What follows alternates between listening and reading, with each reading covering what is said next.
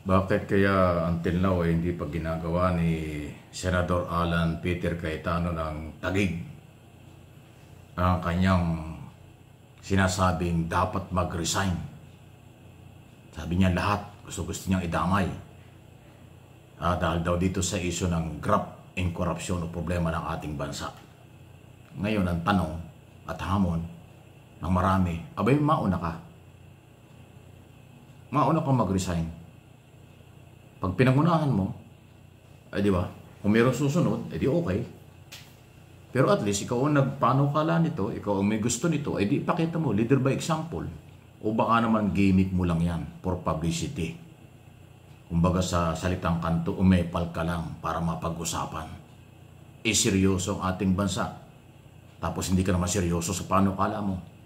Kung seryoso ka sa iyong panukala, mag-resign ka. At ipakita mo na ikaw ay kaya mong gawin mag-resign. As senador. Tapos panawagan mo na sumunod yung iba. Ay gusto mo yata mauna pa yung hindi naman naghamon. Gusto mo mauna yung iba kaysa iyo. Abay ikaw may panukala niyan eh. Ikaw ang may idea niyan. Hindi ipakita mo. Mag-resign ka ngayon. Tapos ipanawagan mo, sundan ka. Ng lahat. Diba? Hindi yung gimmick lang, publicity lang. Hindi naman kinagat ng mamamayang Pilipino o ng mga politiko ang iyong hamon. Ngayon, ang tanong ng mamamayang Pilipino ba't hindi mo gawin? Ikaw ang naghamon. Ayun na, naloko na. Alam mo ito si Alan Peter Cayetano, maraming palusot ito, sigurado. May sasabihin, sige, mag-resign ako kung lahat. Abay, paano mo naman? Paano mo naman didiktahan yung iba? Kung may panukala niya, di ikaw lang ang gumawa. Tapos pag sinundan ka, di okay. Pag hindi, wala kang magagawa. Pero kung ang gusto mo naman sabay-sabay kayong mag-resign, abay sino ka naman para sundin ng mga iba? Lalo na yung walang kinalaman sa korupsyon. Kasi hindi naman lahat ay involved sa korupsyon. Pero ang gusto mo, lahat ay mag-resign. Including president. Mula sa presidente hanggang sa mga, sabi mo mag-resign. Lahat, di ba? Paano na mag-resign? Yung mga walang kinalaman. Lalo na si Pangulong Marcos, siya nga yung nag-expose ng korupsyon. Siya yung nagpa-imbestiga. Siya lang ang presidenteng nakagawa niya. Maraming naging presidente ng ating bansa parang pinagtakpan at kinusinti ang korupsyon. Ngayon lang nagkabukuhan kasi hindi kinusinti ng ating Pangulo. So bakit naman siya mag-resign? Kasi pag sinabi mo lahat, kasama dyan ang Pangulo. So ang ating challenge kay Cayetano, kung ikaw ay seryoso at hindi puro gimmick lang, mag-resign ka. Ipakita mo na meron kang isang salita. Ipakita mo na ikaw ay dapat paniwalaan ng tao. Prinsipyo kung meron. Kasi senador ka ng Republika ng Pilipinas, ikaw ang nagyaya Kung ikaw ay barangay chairman o kagawad, maliit lang yung maniniwala sa'yo o hindi aasa sa'yo.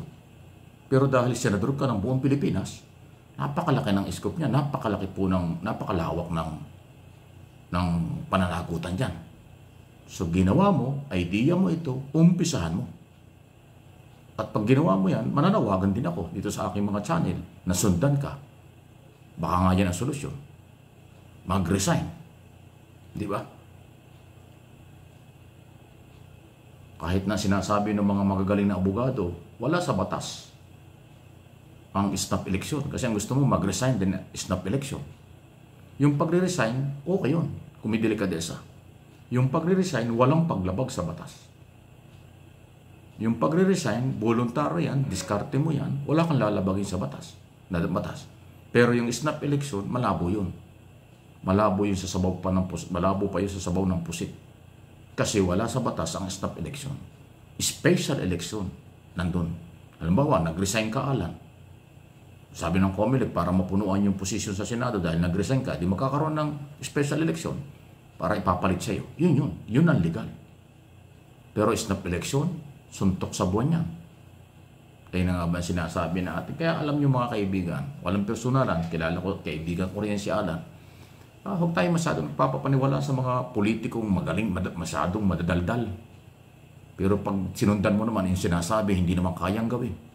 Yung mga sinasabi, propaganda lang. Mapag-usapan lang. Ngayon pinag-uusapan dahil seryoso. O hindi naman niya magawa. Paano ngayon yan? Kaya kayo, kung sino man, nasa gobyerno o pribadong sektor, huwag na kayo magsabi kung hindi nyo kayang gawin. Huwag nyo gamitin ang media at social media para lang sa inyong propaganda na magbabakfire sa inyo. Kasi ngayon, itong nangyari, bumalik kay Alan. Katulad ng ating hamon, mag-umpisa ka, ikaw mismo. Umpisahan mo ang pag-resign kasi ikaw nanawagan. Walang mawawala sa mga Pilipino pag nag-resign ka. Walang mawawala sa mga Pilipino pag may nag-resign na katulad mo. Pero yung sinabi mo, hindi mo ginawa. Iyon ang malaki. Walang mawawala sa Pilipino, malaki ang mawawala sa iyo. Kasi wala kang isang salita. Ganon ang dating. Huwag kang magagalit, Senator. May kanya-kanya tayong interpretation at pananaw at opinion. Opinion ko ito. Dahil sa iyo nang galing, atin lang binabasa at pinaparating sa taong bayan kung ano ang implication. Ngayon, kung para hindi kayo malagay sa mga balag ng alanganin, bago kayo magsalita, isip-isipin muna ninyo. Dahil kayo ay lingkod bayan. Dahil kayo ay public servant. Kayo ay halal ng bayan. Kayo ay pinapasweldo ng bayan. Kayo ang gumagastos ng pera ng bayan, ng mga Pilipino. Kaya kami, ako, at ang mga followers ko, subscribers, meron hong karapatang mag-comment, mag-react. Maniwala o hindi sa iyo sinasabi. O hamonin ka sa iyong sinasabi na pangunahan mo. Yun yun. Okay, malaya po kayo. Iba talaga ito si Cayetano, Samantala, sa Senado rin, pag-usapan natin muna ito, Blue Ribbon. Ay nako, alam nyo, yung Blue Ribbon Committee, hindi naman in aid of legislation, hindi naman yung korte, hindi ko kailangan dyan abogado. Kahit hindi abogado, kaya. Ang hirap nga lang sa chairman, siyempre, presiding officer ka dyan, so talagang gigitna ka para mabigyan mo ng balanse yung kapwa mo makakapagtanong. Yun nga yung isa sa dahilan kung bakit nag-resign si Ping Lacson, kasi siya ay anti-corruption, laban talaga siya corrupt. Ay yung mga kasamahan niya, sinasabi niyang involved sa corruption, ay siya yung chairman ng committee. So, siguro delikadesa, mahirap nga naman siya yung chairman, tapos siya nag-i-expose ng corruption, baka maging bias o kung ano man. So, ginawa niya, nag-resign siya, ngayon malayang-malaya na siya. Hindi mananahimik si Ping Lacson, si Senador Lacson, para i-expose ang lahat ng kanyang nalalaman dahil siya hindi na chairman. Yun po hindi katulad pag chairman ka, tapos ikaw nag-iimbestiga, ikaw pa rin yung mag-i-expose ng katiwalian laban sa kasamahan mo, baka sabihin ng mga kasamahan, pinipersonal. So para maiwasan yun, ayun, nag-resign. So malaya ngayon si Senador Ping Lacson kung ano ang gusto niyang sabihin at gawin, pangalanan, kung may ebidensya siya ng mga politiko sa Kongreso at Senado. Yan ang kaabang-abang.